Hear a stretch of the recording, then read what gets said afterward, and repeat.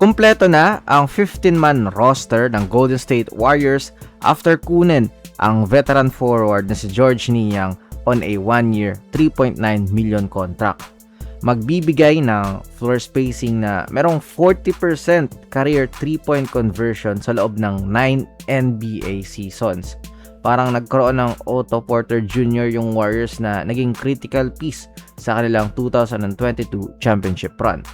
Both operates as physical, big-bodied forwards na nagre-rely on position defense and high basketball IQ kaysa maging explosive, vertical athleticism.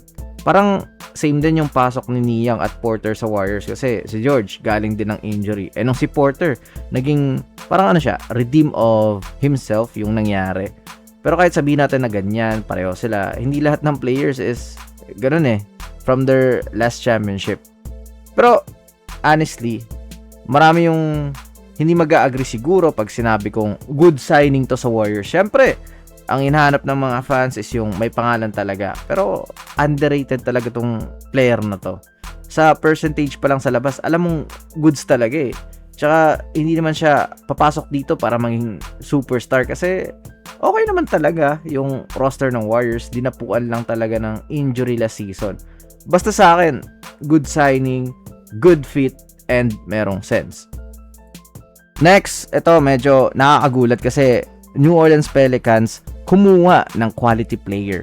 Akala natin, chill season lang sila Tsaka masyado ng late ngayong off-season. Pero nakakuha ng isang Benedict Mathurin on a 2-year, $16 million na may player option. So, ang nangyari kasi is nag-withdraw ang kampo ni Mathurin sa Clippers sa kanyang 8.8 qualifying offer para pumunta ng Pelicans. 8.8 million. So, magtataka talaga kayo kung bakit dito Last season, nag-average ng 17.6 points sa loob ng 54 games. Pero, feel ko, para sa sarili niya, dito talabas yung yung laro. And with him coming in, naging maganda tuloy yung roster ng Pelicans with Murray coming back. Sana healthy na Zion Williamson, Trey Murphy, Derek Quinn. Kumbaga, isa agad si Mathurin sa magiging offensive option ng team. Hindi mo rin kasi masasabing para sa pera yung move na to kasi mas malaki nga ng konti yung qualifying offer sa Clippers Maybe factor rin yung pagdating ni Brandon Ingram sa team kaya feel niya mawawalan siya ng role. Which ayun nga, personal decision and self-development kung bakit of all the teams in the liga, sa Pelicans pa talaga, isa sa mga cursed franchise. So ayun, sobrang solid ng signing na to. Kaya ba, tumaas na ba ang playoff chance ng Pelicans sa arrival ni Mathurin? And goods ba para sa inyo si Georges Niang sa Golden State Warriors?